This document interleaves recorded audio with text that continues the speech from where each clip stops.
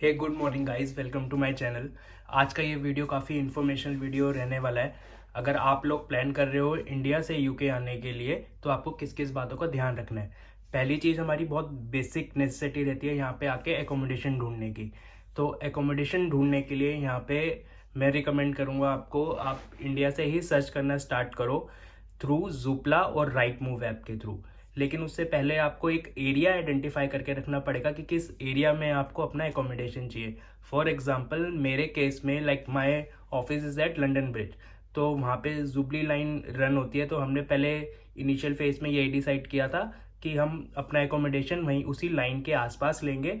For example मेरे case में मुझे था कि हाँ मैं 40-50 मिनट से ज़्यादा रन टाइम नहीं रखूँगा अपने घर से ऑफिस जाने के लिए। और दूसरा आप कंसिडर कर सकते हो like if you have a kid, तो वहाँ पे उस एरिया में आपको स्कूल्स भी बहुत अच्छे होने चाहिए। स्कूल्स के लिए आप गवर्नमेंट वेबसाइट पे विजिट कर सकते हो यूके की, और वहाँ पे आप ऑफसेट रेटिंग्स चेक कर सकते हो। ऑफसेट रेटिंग्स यहाँ पे 3 है: good, excellent and needs improvement. और आप गुड्स या आउटस्टैंडिंग रेटिंग के बेसिस पे अपना स्कूल भी डिसाइड कर सकते हो।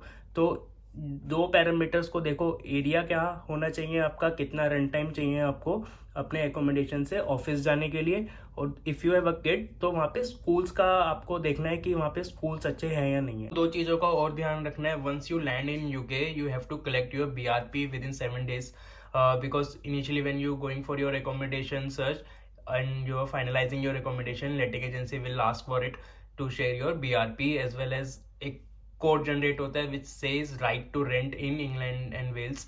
सो आप वो प्लीज जनरेट कर लेना, बिकॉज उसके बिना आपका रेफरेंस चेक इनकम्प्लीट रहेगा। आपको किस किस बातों का और ध्यान रखना है यहाँ पे यूके में आने से पहले। आपको लेटिंग एजेंसीज के पास आप चले जाओगे अपना एकोमोडेशन फाइनल करने के लिए, लेकिन एक बात का ध्यान रखो, लेटिंग एजेंसी एक होल्डिंग डिपॉजिट लेती है, देन 5 वीक्स रेंट का डिपॉजिट लेती है। वो आप अपने फॉरेन एक्सचेंज कार्ड के थ्रू पे नहीं कर सकते, they will accept only bank transfers. तो आप ध्यान रखना, जब भी आप यूके आ रहे हो तो आप एक अकाउंट खुलवा के आना। इधर वो आप यहाँ पे प्राइवेट बैंक्स में खुलवा सकते हो, for example HSBC, Lloyds, Barclays. अब जो सैलरी बेसिस पे आ रहे हैं इट गोना बी इजी उनके लिए अकाउंट खुलवाना, but it takes much longer time. तो खुलवाने से मतलब जब भी आपकी एक आई वुड से जो ट्रैवल डेट है, आई वुड से कि आप उसे 10-15 डेज पहले ये वाला प्रोसेस स्टार्ट कर दो बैंक अकाउंट खुलवाने के लिए, बिकॉज वो आराम से 7 या 8 दिन ले लेंगे आपका अकाउंट ओपन करने के लिए।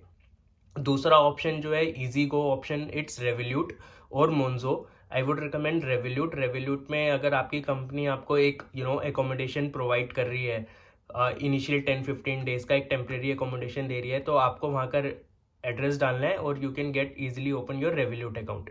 एल्स आप वहाँ पे अपने फ्रेंड्स रिलेटिव्स का कोई भी एड्रेस दे सकते हो वो अकाउंट खुलवाने के लिए। अब मैं बात ये कर रहा था कि अकाउंट ओपन करवाना जरूरी क्यों है, क्योंकि वो नेट बैंकिंग के थ्रू या आपका बैंक ट्रांसफर ही एक्सेप्ट करते हैं। तो आप उतना अमाउंट, फॉर एग्जांपल आपका जितना भी बजट है, 5 वीक डिपॉजिट प्लस 1 वीक का होल्डिंग डिपॉजिट, आप उतना फंड अपने बैंक अकाउंट में अरेंज करके आना, सो डैट यहाँ पे जब भी आपका एकोमोडेशन फाइनल होता है आप आराम से उनको ट्रांसफर कर सको और आपका पेपर वर्क जल्दी से जल्दी स्टार्ट हो जाए। Once you are done with your bank transfer, holding deposit, 5 week deposit, आपका रेफरेंस चेक होता है। रेफरेंस चेक में they will check your background, company से वेरिफिकेशन करेंगे कि हाँ ये यहाँ पे काम कर रहा है या नहीं कर रहा। आपका एम्प्लॉयर आपकी सैलरी कंफर्म करेगा, and once this reference is done आपको कीज हैंड ओवर कर दी जाती है लेटिंग एजेंसीज के थ्रू। अब एक और चीज़ का ध्यान रखना जो मुझे काफ़ी बाद में पता चला था, once we have finalize our accommodation, is कि यहाँ पे दो प्रोसेस है। एक आपका जो एकोमोडेशन है इधर maintain by the letting agency और maintain by the landlord. I would recommend कि आप लेटिंग एजेंसीज को, whenever you approach the letting agency to get your accommodation, आप अपनी रिक्वायरमेंट बताओ that we are looking for an accommodation which is maintain by the letting agency only.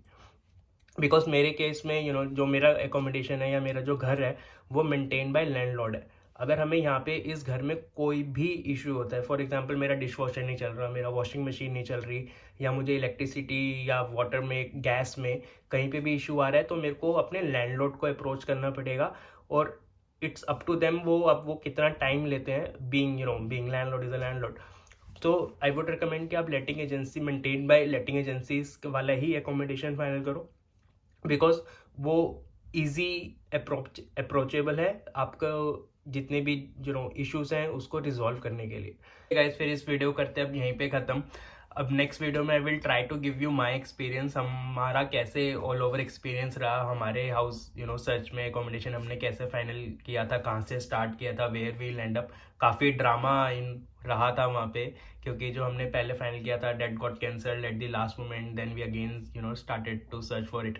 तो next video में will share my experience with you, and in upcoming videos will try to give you the tour of my accommodation, so that you guys have a fair amount of idea कि you should go for a 1 BHK, 2 BHK or 3 BHK depending on your needs. So please do subscribe my channel if you like this video and information. Please do comments how I am doing.